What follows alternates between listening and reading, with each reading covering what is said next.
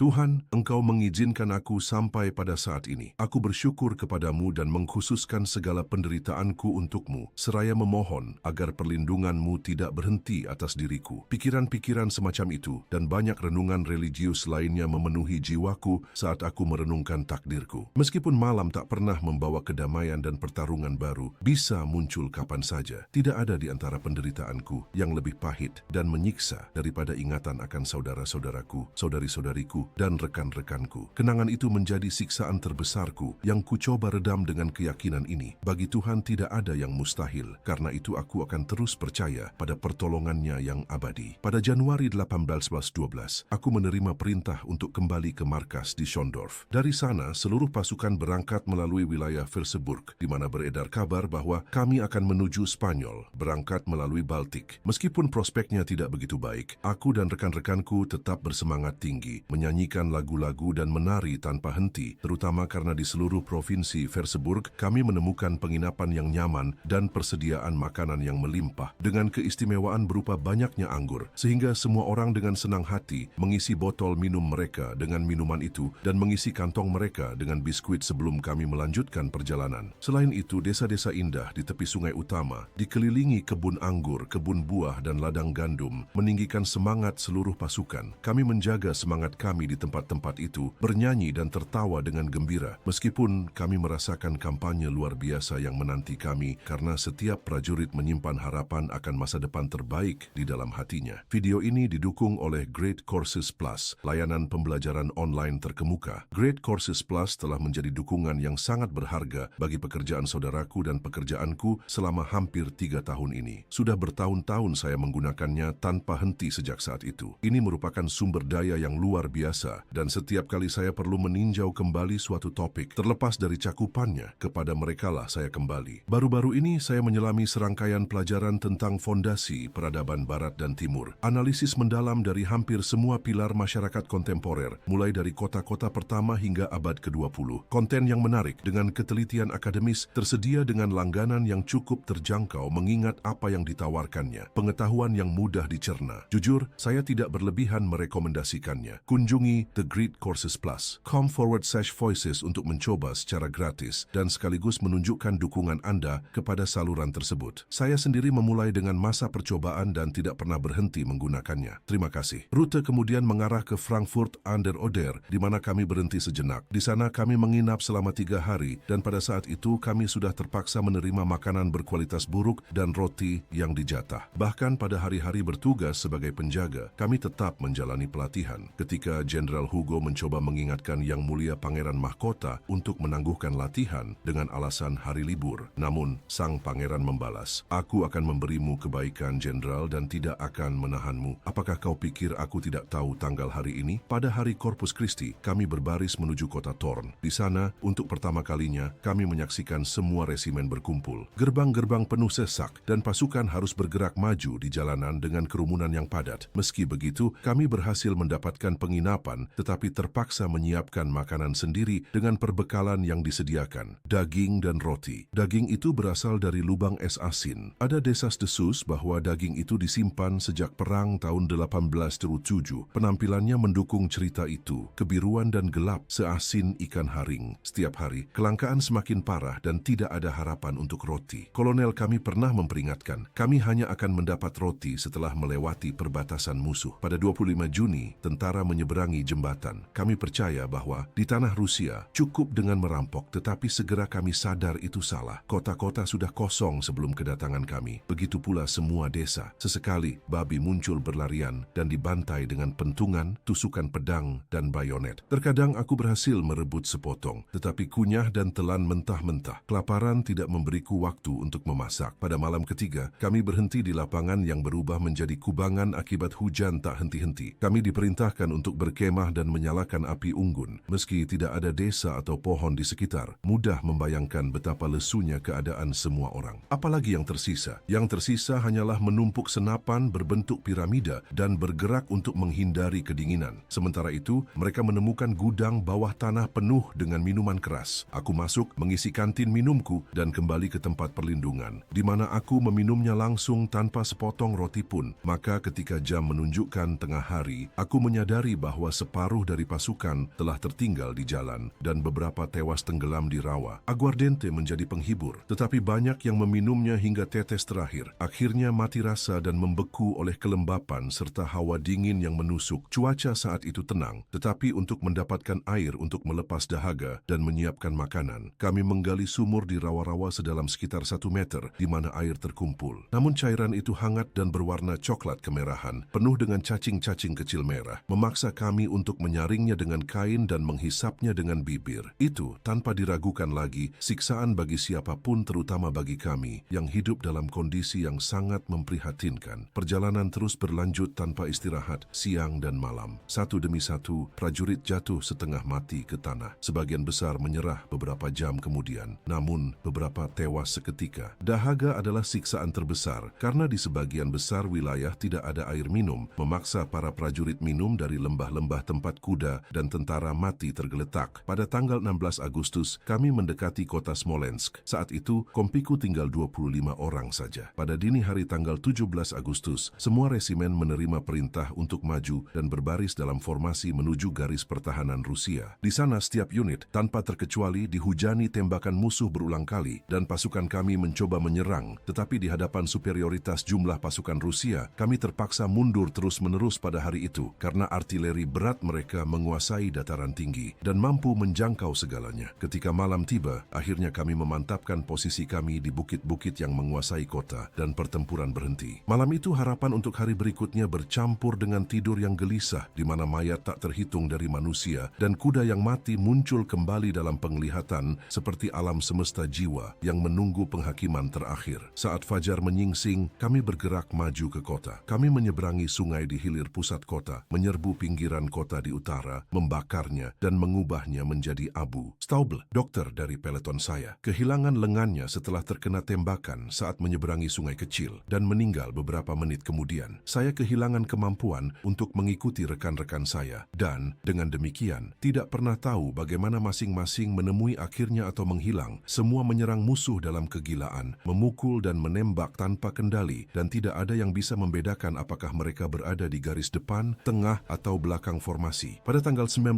Agustus, seluruh pasukan berangkat untuk mengejar orang Rusia dengan cepat. Dari Smolensk ke Mashaisk, perang menggelar pertunjukan mengerikan dari kehancuran. Jalan, ladang, dan hutan seakan ditaburi mayat, kuda yang terbunuh, gerobak hancur, dan desa-desa yang menjadi bara. Semua menandakan pemusnahan total kehidupan. Secara khusus, kami menghitung 10 orang Rusia yang tewas untuk setiap satu prajurit kami, meskipun barisan kami semakin menipis hari demi hari. Kami melewati Dorogobush, Semlevo, Vyazma, dan Gashatsk. Perjalanan itu, jika masih bisa disebut demikian, menentang segala deskripsi dan tidak dapat dipahami oleh mereka yang tidak menyaksikannya. Panas yang terik, debu yang seperti kabut tebal, barisan yang berjalan rapat dan air busuk dari parit yang dipenuhi mayat manusia dan hewan membawa semua orang ke batas penderitaan, sementara rasa perih di mata, haus, dan lapar menyiksa semua. Ya Tuhan, betapa aku mengingat dengan kepahitan akan roti dan bir yang dulu kunikmati di rumah dengan begitu acuh. Betapa aku rela melepaskan seluruh keberadaanku, makanan hangat yang begitu biasa di rumah, asalkan sekarang aku tidak kekurangan sepotong roti segar dan segelas bir. Di mana-mana terlihat prajurit dengan wajah seperti mayat dan pandangan yang hampir putus asa. Banyak yang berteriak kesakitan. Seandainya ibuku tidak pernah melahirkanku dan beberapa yang sudah benar-benar patah semangat, bahkan mengutuk orang tua mereka sendiri dan hari kelahiran mereka. Dalam perjalanan menuju Moskow pada 7 September, setiap tubuh tak bernyawa menempati tempat yang telah ditakdirkan ketika tanda serangan dibunyikan. Seperti petir, tembakan meletus serentak dari sayap kami dan posisi musuh. Wilayah indah dengan ladang keemasan itu, yang tanpa hutan dan desa, sekarang bisa disamakan dengan hutan yang rata, dengan beberapa batang pohon tersebar di sana-sini, kelabu dan pucat seperti hantu. Dalam waktu 1,5 jam, di area yang cukup luas, tanah dipenuhi mayat manusia dan hewan. Kami maju dan mendirikan perkemahan di dekat hutan, di ketinggian dengan pemandangan ke Moskow. Pohon-pohon masih mengenakan mantel hijau mereka. Sekarang kami melanjutkan dengan harapan yang agak terbarui menuju Moskow, meskipun dengan firasat bahwa kami masih akan menghadapi pertempuran baru dengan orang Rusia. Namun, mereka menganggap diri terlalu lemah dan melintasi kota, membakar beberapa bagian dan meninggalkan penduduknya pada nasib mereka sendiri. Dalam perjalanan ke kota, atau lebih tepatnya dalam pergerakan menuju kota, dari ketinggian di hutan, setelah sekitar 90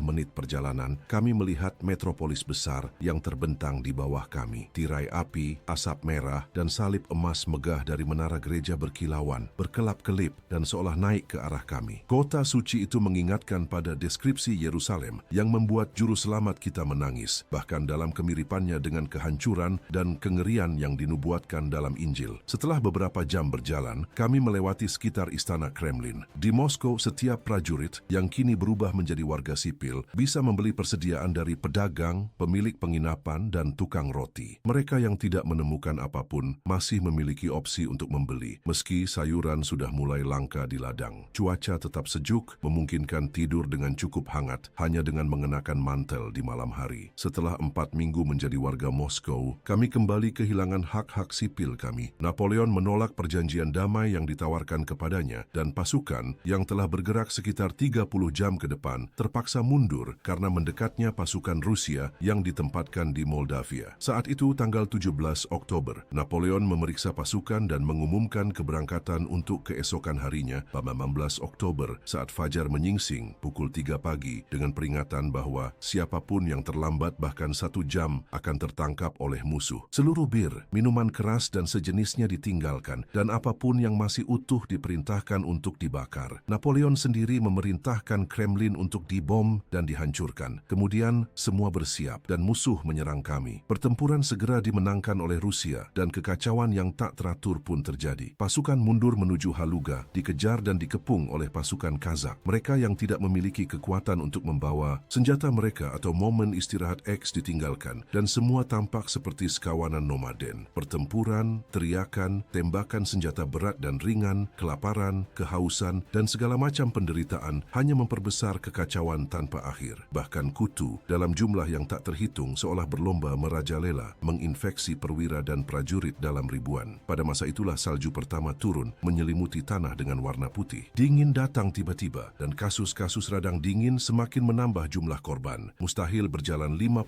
langkah tanpa tersandung mayat-mayat yang terjatuh setengah hidup atau sudah tak bernyawa. Kami mencapai Smolensk pada 12 November setelah 26 hari dan malam berjalan tanpa henti sejak Moskow. Di sana kami bermalam, berkemah selama 2 hari. Setiap malam api unggun yang berusaha mengusir dingin menerangi area sejauh 4 jam perjalanan ke segala arah, mewarnai langit dengan merah seperti selimut kirmizi. Satu demi satu, orang-orang tumbang, seringkali membeku sebelum kematian. Mereka berkerumun mencari kehangatan api, tapi jarang berhasil mencapainya. Mereka mati jauh dari api dan seringkali menjadi tumpuan agar yang hidup tidak perlu duduk di salju. Saat kami mendekati Sungai Bracena, ada sebuah tempat di mana Napoleon memerintahkan untuk menyelamatkan kuda-kuda pengangkut dan di mana ia sendiri beristirahat untuk makan. Ia menyaksikan pasukannya lewat dalam keadaan menyedihkan. Apa yang terlintas dalam hatinya mustahil dibayangkan. Namun raut wajahnya hanya menunjukkan ketidakpedulian terhadap penderitaan pasukannya. Mungkin hanya ambisi dan beban kehormatan yang hilang yang bergema di dadanya. Di daerah ini kami tiba di sebuah desa yang sebagian hangus terbakar, jauh dari jalan utama, di mana kami menemukan sebuah ruang bawah tanah di bawah reruntuhan sebuah rumah besar. Kami mencari kentang dan aku juga turun melalui tangga lebar, meskipun ruang bawah tanah sudah penuh sesak. Ketika aku menginjak anak tangga terakhir, sebuah jeritan muncul di bawah kakiku. Kerumunan semakin padat, membuat pelarian mustahil. Di sana, banyak yang terinjak-injak sampai mati atau mati lemas. Siapapun yang berjongkok untuk mengambil sesuatu akan dirobohkan oleh mereka yang masih berdiri, ditakdirkan untuk terinjak-injak. Bahkan di tengah jeritan putus asa dan ratapan menyedihkan, tekanan dari luar hanya bertambah. Orang malang yang terjatuh sudah diambang kematian, dibiarkan tergeletak di tanah, ditakdirkan binasa di bawah kaki rekan-rekannya sendiri. Pikiranku melayang kepada teman-teman jauh dan membandingkan penderitaan serta akhir hidupku yang dekat dengan kehidupan makmur yang pernah kumiliki. Terlintas dalam benakku pepatah yang biasa di tanah airku, selalu melebih-lebihkan kengerian sebuah kampanye. Dengan pikiran biasa ini, aku merenung, lebih baik kalian, orang-orang yang kukasihi, mengabaikan keadaanku, karena penderitaanmu tidak akan membawaku kelegaan. Aku menyerah memaksakan masuk ke ruang bawah tanah, dan diliputi ketakutan yang membeku bertanya, bagaimana cara melarikan diri dari neraka ini? Aku bersandar ke dinding, mencari perlindungan, dan berjuang dengan tekad, melangkah selangkah demi selangkah menaiki tangga. Tugas itu hampir mustahil, dengan orang-orang menginjak ujung jasuku. Akhirnya aku mencapai Ortlersburg, di mana untuk pertama kalinya aku mendapatkan tempat tinggal yang layak, Dari sana aku melanjutkan perjalanan ke Moafer dan kembali menginap di sana. Saat itu malam Natal, sebuah tanggal yang mungkin tidak akan kusadari jika pemilik rumah tidak menyebutkannya. Membersihkan wajah dan tanganku berlangsung lambat karena kerak di tangan, telinga dan hidungku telah mengelupas, pecah-pecah dan menghitam, kering karena dingin. Aku berendam dalam air hangat selama 1 jam, membersihkan diri dengan teliti dan sabun. Namun kusadari bahwa kulitku hanya menjadi sedikit lebih halus dan lembut, tetapi kegelapan atau sisiknya tidak berkurang sama sekali. Pada tanggal 24 Februari 1813, akhirnya aku tiba di Elvangen. Konvoiku kehilangan 100 orang dari 175 yang berangkat. Tiba-tiba, kulihat saudara iparku dan saudaraku. Pasti mereka tidak mengenaliku dalam keadaan seperti itu, tetapi aku mengulurkan tangan dan menyapa mereka. Mereka melompat kegirangan, menggenggam tanganku, dan hanya hati kami yang bisa berbicara, karena kata-kata tidak cukup. Oh, seandainya semua orang bisa memahami seberapa tinggi cinta dari teman dan keluarga bisa terasa dalam pertemuan seperti itu. Di sana, seseorang menyadari kebahagiaan ilahi, kebijaksanaan Tuhan yang tak terbatas, dan pada saat yang sama, keajaiban alam.